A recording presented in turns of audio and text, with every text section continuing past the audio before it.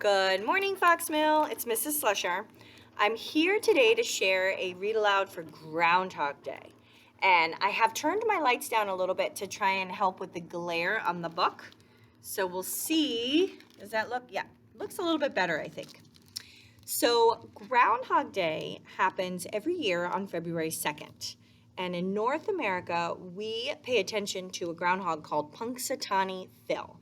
And he lives in Punxsutawney, Pennsylvania. And on February 2nd in the morning, that little groundhog, Mr. Phil, will come out of his burrow and he will look to see if he sees his shadow. If he sees his shadow, he might get scared and go back into his burrow, which means we could have 6 more weeks of winter. If he doesn't see his shadow, he'll start eating hay and he'll be happy. And that means we could have an early spring. Now, this is just something that we do for fun. It doesn't really predict what the weather's going to be, but it is cute to see the little groundhog pop out every year on February 2nd. Now, this book is called Groundhog Gets a Say. And this is an upset groundhog who says, look, guys, I'm pretty cool. We shouldn't just pay attention to me on February 2nd. You should pay attention to me all year. So this book is full of really cool facts about the groundhog. So let's get started, shall we? This is written by Pamela Curtis Swallow, and it's illustrated by Denise Brunkus. Groundhog Gets a Say. And you can tell he's serious. He has a serious face and he has his finger up. Oh, yeah. Here we go. Thank you.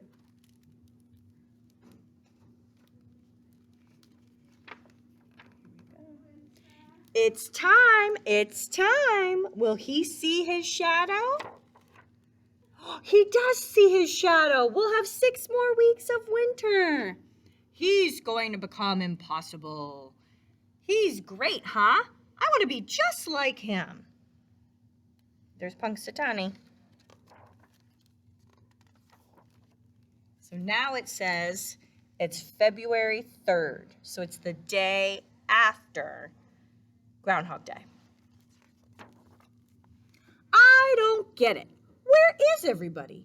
Yesterday, I was big news, a star, king of the mound. Everyone wanted my weather report. Today, nothing. This happens every year. My holiday ought to last longer than a day. I don't just do weather. Groundhogs deserve better. A week, maybe. No, make it a month. February should be Groundhog Appreciation Month. He's already the only animal with a national holiday, unless you count the turkey. But look where that guy ends up at the end of the day. Shh, this is important.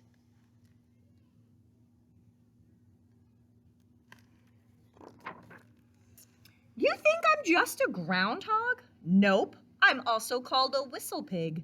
In danger, I whistle very loud. And then I go, whew, as in, whew, it's over. The danger is past. He's trying to make us think that name's all about the whistle and not about his pigginess. I can think of a few other names to call him, like Mr. Full of Himself. Hey, you're talking about my hero. This guy's obviously the groundhog's #1 fan. I didn't know he was called a whistle pig, did you? And I've even got a third name, Woodchuck.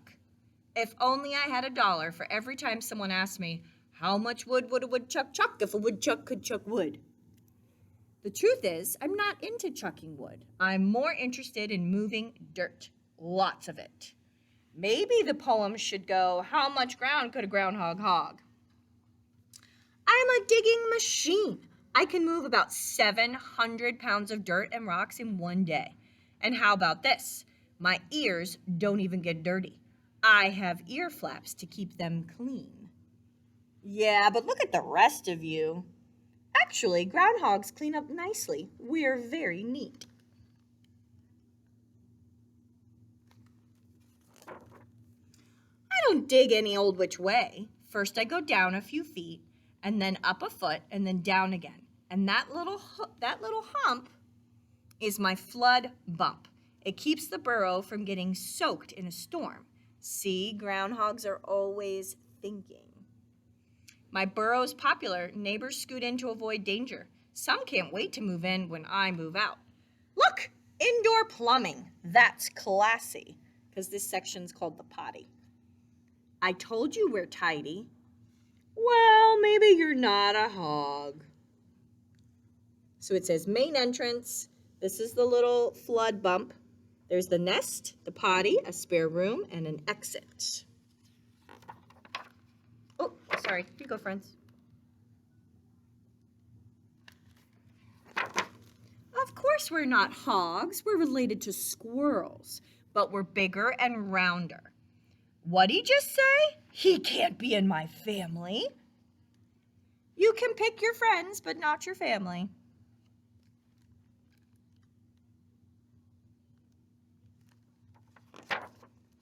People everywhere love groundhogs. We're in the family of rodents called marmots.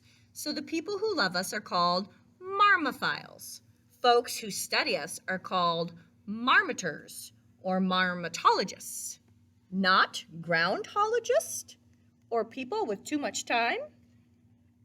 I can think of a few folks who aren't fans of your so-called cousin over here. Right, remember the mess he made of Mr. Moody's garden? Gardeners can be very excitable.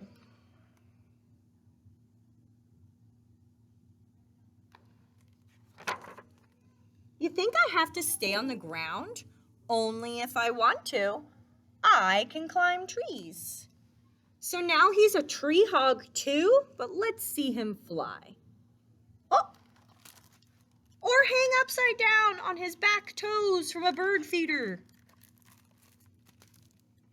And I can swim too. I don't love it like Cousin Beaver, but I can hoggy paddle. Seems to us that you're a bit slow on your feet, like a blimp with legs. Well, if you must bring that up, okay, we're not that fast as far as animals go, but we can run as fast as the average 4th grader.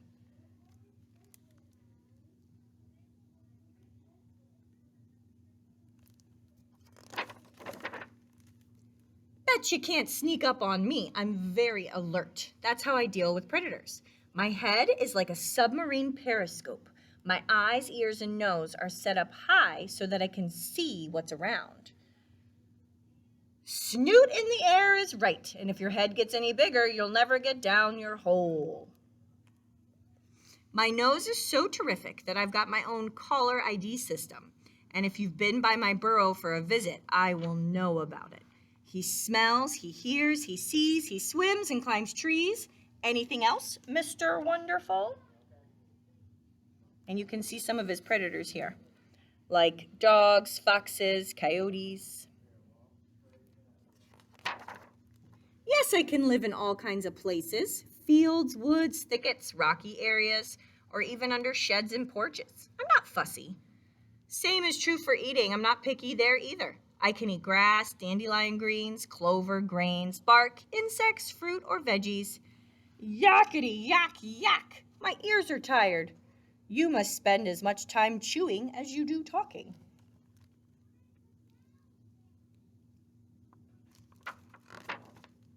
Speaking of eating, my chompers aren't just for chewing. My fabulous teeth even help dig my burrow. They're strong enough to gnaw through roots and move rocks. And I can chatter my teeth so loudly that my enemies turn and flee. Can you do that? I didn't think so. Well, I can do that and more. I have special teeth that keep growing. Gnawing keeps them at just the right length. Too long like that beak of yours wouldn't be good. Hey, us squirrels have those kinds of teeth too. Maybe we really are related. But how do you keep your teeth short during that long snooze? Hibernating, not snoozing. That's not the same as snoozing. There's more to it. Before the weather gets cold, we snack like mad and cover our bodies with fat. When I'm ready to hibernate, I go down into my burrow and I seal myself into the lower chamber so that no one will disturb me. In my hibernation slumber, I barely breathe, only about once every 6 minutes, and my heart beats only once every 4 or 5 minutes. Everything slows down and my teeth stop growing. He says, it must be dark and stuffy in there. Don't you get hungry?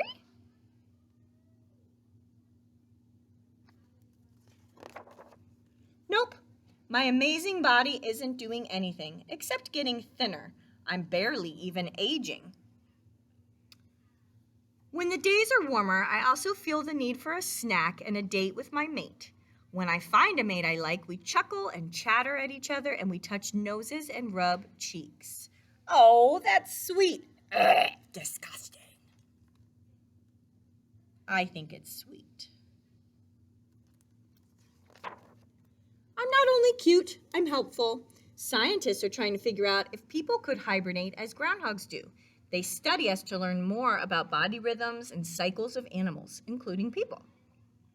Maybe one day folks will climb aboard a space vehicle, hibernate, and wake up in Mars. That would be something. I'd sign up for one of those trips.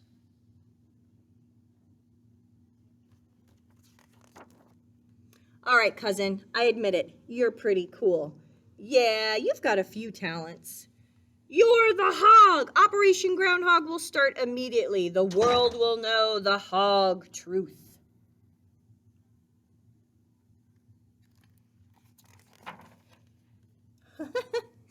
And now everybody's signed up, and they want to get their book signed for Groundhog Appreciation Month.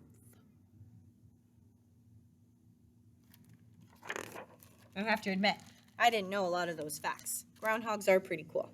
Thank you for listening.